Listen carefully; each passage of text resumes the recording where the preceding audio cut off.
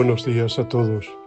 Hoy es miércoles, día 20 de agosto, y estamos en la semana 20 del tiempo ordinario.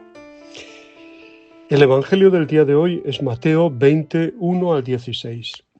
Hoy escuchamos la desconcertante parábola de los trabajadores de la viña, que trabajan un número desigual de horas y, sin embargo, reciben el mismo jornal. La idea central no es el paro obrero, aunque Dios parece preocupado de que nadie se quede sin trabajo, sea cual sea la hora, ni la cuestión de los salarios, ni la justicia social. La parábola no se fija en los trabajadores, sino en la actuación de Dios. Él da a todos según su justicia, pero también es generoso con los últimos, aunque hayan trabajado menos. Cuando Mateo escribió su Evangelio, muchos paganos se iban incorporando a la Iglesia de Cristo y podían suscitar entre los provenientes del pueblo judío el interrogante de cómo los últimos, llegados, recibían la misma herencia y paga. Es la sorpresa que Jesús describe en quienes habían trabajado desde la primera hora de la mañana. La respuesta es el amor gratuito de Dios, que sobrepasa las medidas de la justicia y actúa libremente, también con los de la hora undécima.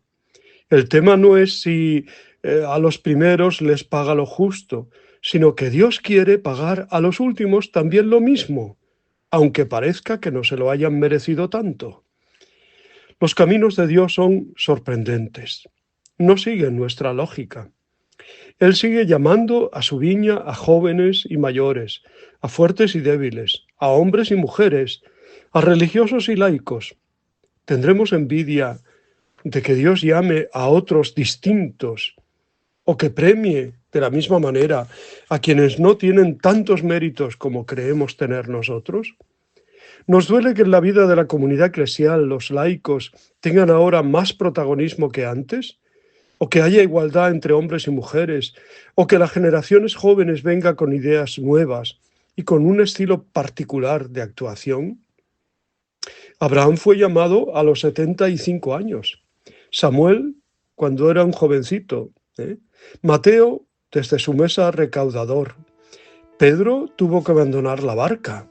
Algunos de nosotros hemos sido llamados desde muy niños, porque las condiciones de una familia cristiana lo hicieron posible. Otros han escuchado la voz de Dios más tarde. El ladrón bueno, el ladrón arrepentido, ha sido considerado como el prototipo de quienes han recibido el premio del cielo, habiendo sido llamados a la hora undécima. Si nos sentimos demasiado de primera hora, mirando por encima del hombro a quienes se han incorporado al trabajo a horas más tardías, estamos adoptando la actitud de los fariseos, que se creían superiores a los demás. Esto no es, naturalmente, una invitación a llegar tarde y trabajar lo menos posible, sino un aviso de que el premio que esperamos de Dios no es cuestión de derechos y méritos, sino de gratuidad libre y amorosa por su parte. La parábola parece una respuesta a la pregunta de Pedro, uno de los de primera hora, que todavía no estaba purificado en sus intenciones al seguir al Mesías.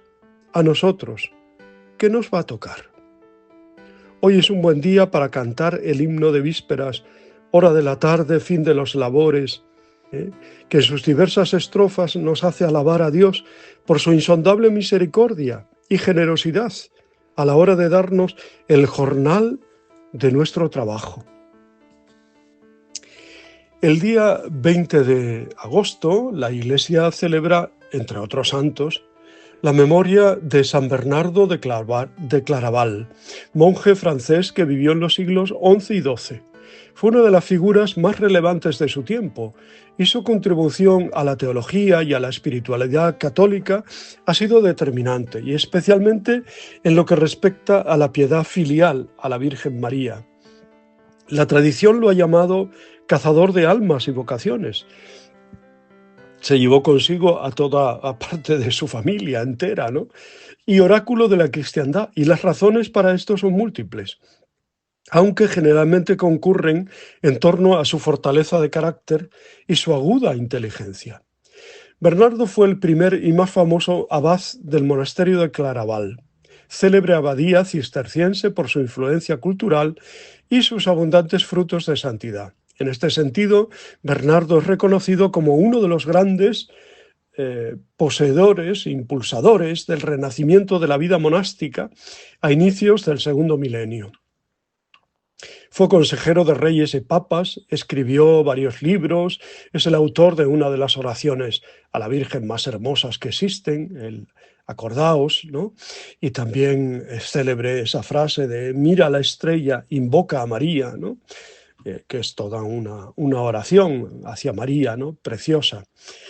Bernardo de Fontaine, por su nombre de pila, nació en 1090 en el castillo de Fontaine-le-Dijon, ubicado en la región de Borgoña, en Francia.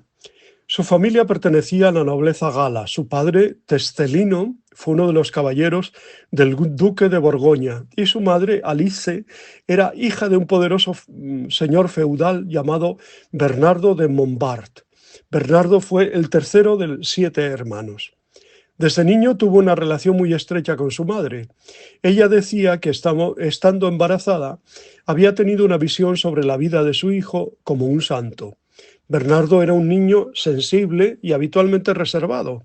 Recibió una esmerada educación, al igual que sus hermanos.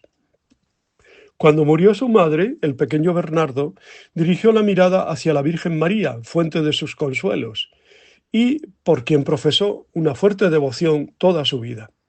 Expresión de este cariño es su oración Acordaos, una de las oraciones marianas más hermosas jamás escrita. Durante su juventud formó un temperamento vigoroso, pero también se dejó seducir por las cosas del mundo, entre amistades superficiales y la vanagloria. En el fondo, Bernardo se sentía vacío y hastiado.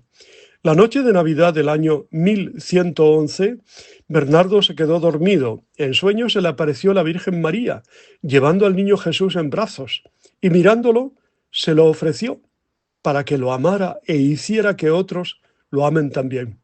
¡Qué suerte tuvo el Bernardo!, ¿no? Eso se lo pido yo a la Virgen, pero a mí no me llega. Bueno, me llega de otra manera, sí, es verdad. Después de aquel sueño, decidió consagrarse a Dios y alcanzar la santidad. En 1112, Bernardo ingresó al monasterio cisterciense de Citeaux, fundado por 3 grandes santos, San Roberto, San Alberico y San Esteban Jardín. En aquel momento el monasterio se había convertido en centro de un movimiento de renovación eclesial. Impulsado por la idea de una vuelta a los orígenes, allí se practicaba con rigor la regla de San Benito. San Esteban Jardín, que era el prior de Citeaux, aceptó con inusitada alegría a Bernardo y a todos quienes se presentaran con él a la puerta de la abadía. No habían recibido vocaciones desde hacía 15 años.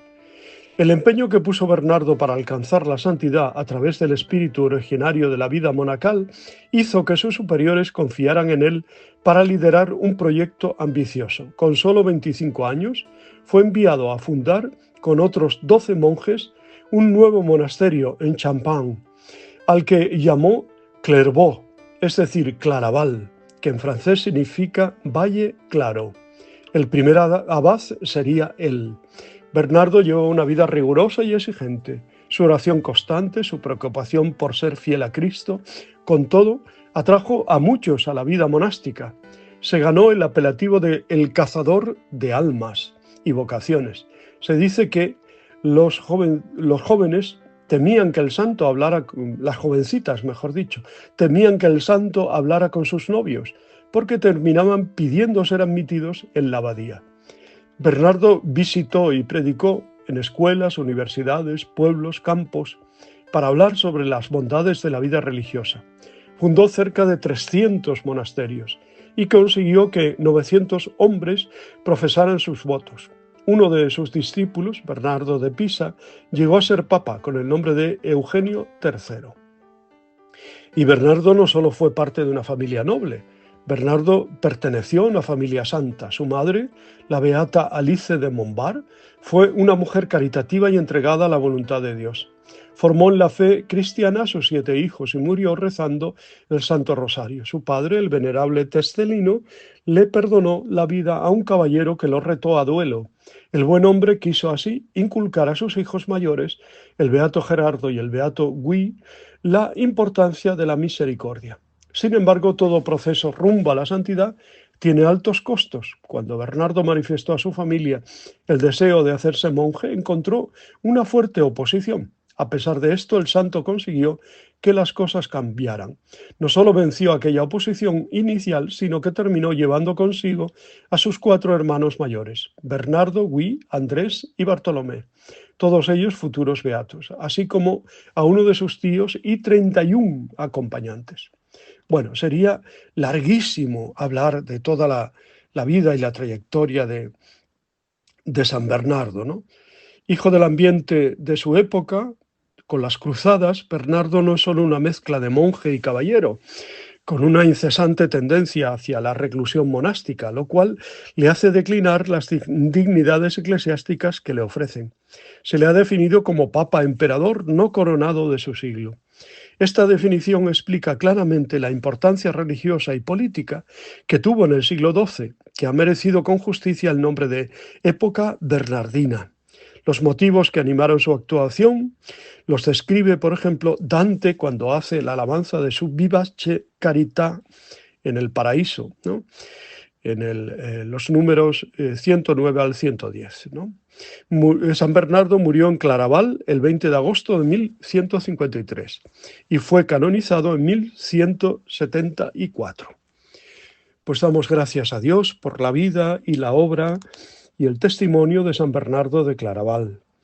Muchísimas felicidades a todos y todas los y las cistercienses, a los monjes y monjas del Cister. Y también pues a todos los que llevan su nombre, Bernardo y Bernarda, que también hay, ¿no? Y bueno, pues muchas felicidades para todos. Os deseo muy buen día, os abrazo y os bendigo en el nombre del Padre, del Hijo y del Espíritu Santo. Os quiero.